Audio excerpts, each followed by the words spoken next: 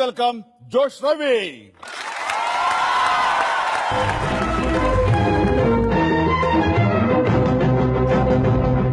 చిరంజీవా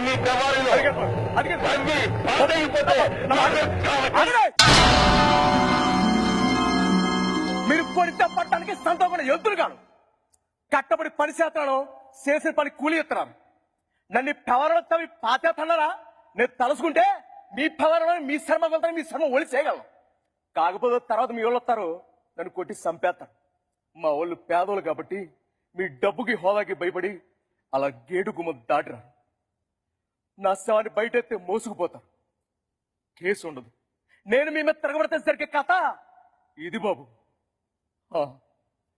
వస్తానండి ఇన్నాళ్ళు కూరెట్టు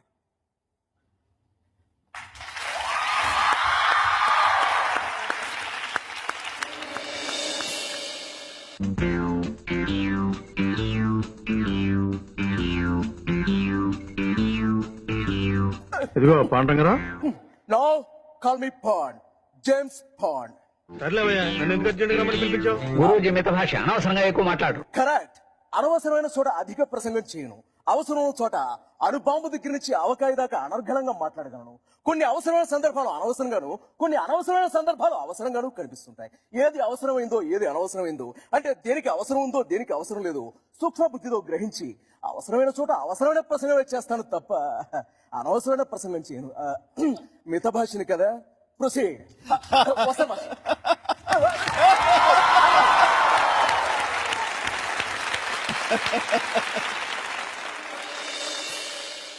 మన భారతంలో కౌరవులు పాండవులు రాజాలురా, ఈ కొండ వీటికి రాజసింహుడొక్కడే రాజురా, నా పేరే రాజు.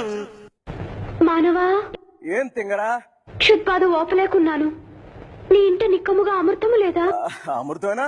ఉంది. అక్కడ వంటగదిలో బోర్లించిన గిన్నుంది, దాని నిండా అమృతం ఉంది, పోయి తాగు. ఈ మానవునితో అచ్చిక పుచ్చికలాడి మజ్జిగ చేసుకుని అంగుళీయకము సంగ్రహించదను.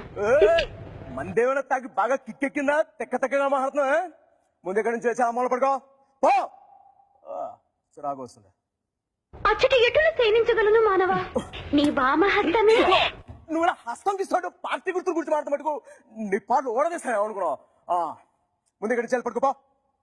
కలకంటి కంట కన్నీరు నిండినను కనికరము లేదే ఈ కఠిన మానవ జాతికి. ఏమది? ఏమంటివి? నాకు కనికరము లేదా? ఎలా ఉండవాలే? నేనెవరను కూర్చుంటివి?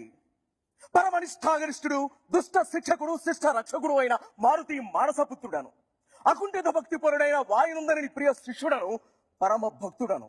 నీ వాచనత్వము చాలించి ఆ చాపను ఆశ్రయించి ఆ మూల సేనించము. చూడుబుచ్చి, మనం కూడా చిన్నప్పుడు చాలా పౌరాణిక నాటకాలు ఆడాం. నటనలో మనకున్న బిరుదేమిటో తెలుసా? ఆగది. కాబట్టి మనతో పెట్టుకోవద్దు, కూసాలు కదిలిపోతాయి అనుకున్నావా? పిల్లలు పడుకోండి, పడుకో.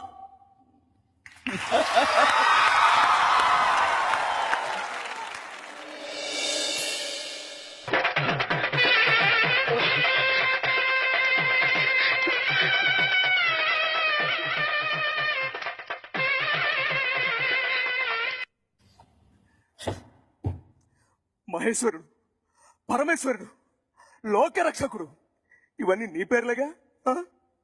ఒక్క మంచి పని కూడా చేయలేని వాడివి నీకెందుకైనా మంచి పేరు ఆ? ఎందుకైనా పూజలో పునస్కారాలు, ఎందుకైనా గుళ్ళు గోపురాలు? చెప్పు చెప్పు, మాట్లాడు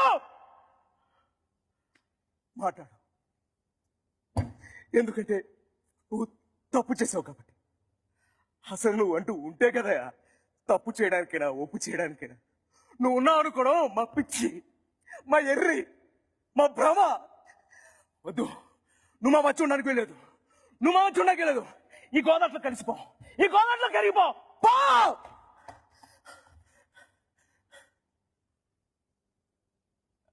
నేను నేను రాత్రి అమ్మాయి గారు ఆగాయచ్చు, అదంతా అబద్ధం సార్. నేను ఆవిడ గట్టిగా అరుపు వినిపిస్తే ఆవిడ గట్టికి వెళ్ళాను. అమ్మాయి గారు మీరే చెప్పండి అమ్మాయి గారు, వీళ్ళంతా వీళ్ళంతా నా మాట్లాడుతున్నారు, నన్ను తప్పు పడుతున్నారు. చెప్పండి అమ్మాయి గారు, ఇప్పుడు నాకు మీరు ఒకరే సాక్ష్యం.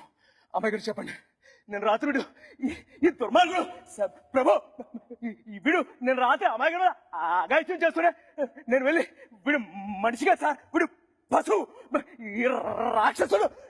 నేను అమ్మాయి గారు ఆవిడ బతుకు నాశనం అయిపోయింది సార్. ఇలాంటి రాక్షసులని ప్రభు క్షమాపణ చెప్పించి కూడా ఏ తప్పు చేయని నా చేత ప్రభుకి నన్నే కాదు ఇక్కడ అమ్మాయి గారిని నన్ను ఆటపరిచిన వీళ్ళంతా కూడా పెద్ద తప్పు చేశారు. వీళ్ళందరినీ ప్రభు ఈ పాపులందరినీ క్షమించు క్షమించు.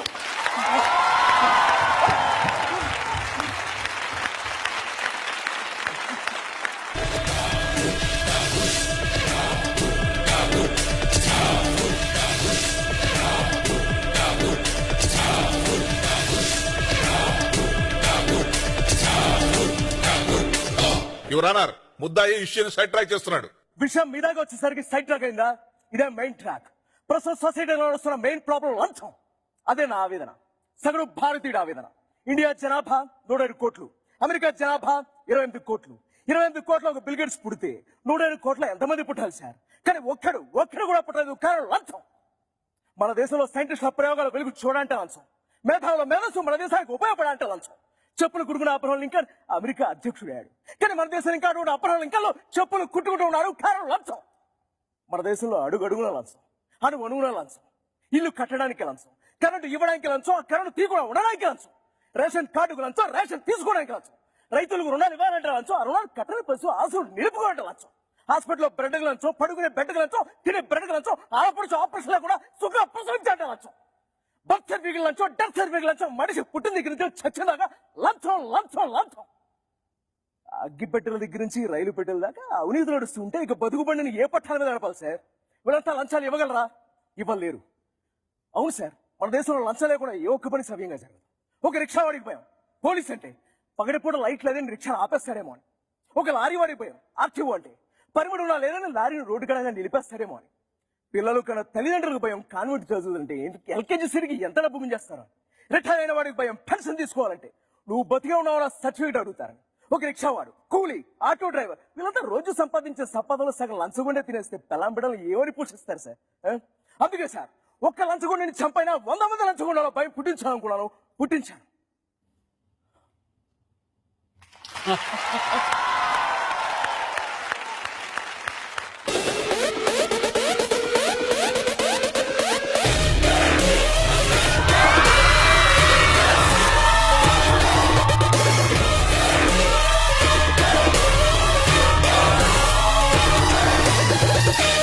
కష్టం వస్తుందో కార్పొరేట్ సిస్టమ్ వస్తుందో రమణావు.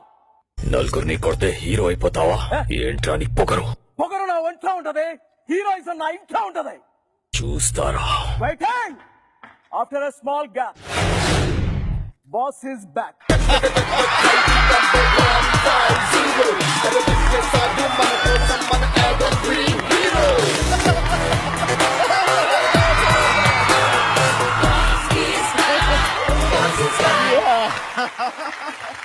వండర్ఫుల్ వండర్ఫుల్ రవి, చాలా బాగుంది. ఓ మై గాడ్, ఎంత ఓన్ చేసుకున్నావు. లేకపోతే ఎప్పటి ప్రాణం ఖరీదు, ఎప్పటి ఖైదీ నెంబర్ 150 ఈ వేరియేషన్స్ అన్ని కూడా ఎక్కడ ఏమాత్రం అటు ఇటు కాకుండా ఆ టైంలో నేను ఎలాగైతే గనక ట్రాన్స్ఫార్మ్ అవుతూ వచ్చానో సంభాషణలు గాని డైలాగులు గాని డెలివరీ ఎలా ఉండేదో అవన్నీ కూడా అదే విధంగా మళ్ళీ నాకు గతానికి గుర్తు చేశారు. రవి, హ్యాట్స్ ఆఫ్, మనస్ఫూర్తిగా అభినందిస్తున్నాను. Great great. రవి, నీ గురించి మా రామ్ చరణ్ చెప్పాడు నాకు. ఏ ఎక్సైటెడ్. నా జీవితంలో ఇలాంటి సిచ్యువేషన్ వస్తారు colour.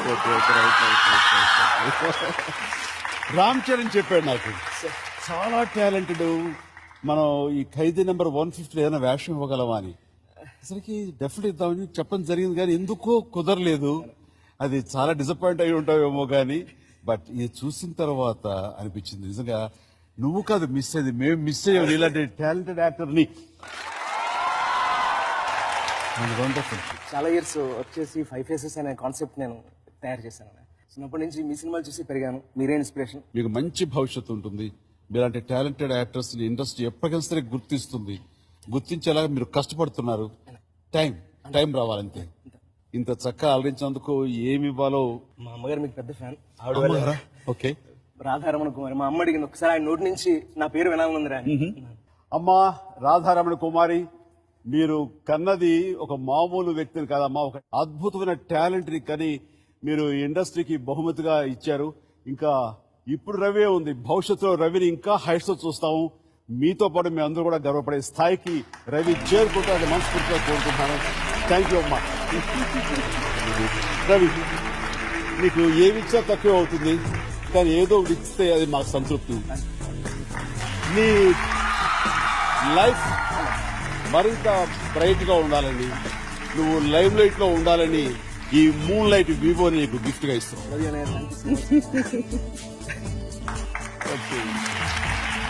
Right, thank you so much. బాగా ఆలోచించాము. కోటర్ మోగింది, మాకు కూడా సమయం అయిపోయింది. మమ్మల్ని అందరినీ ఆనందింపజేశావు నీ టాలెంట్ తోటి. మీకు థ్యాంక్స్ చెప్తున్నాం. ప్లీజ్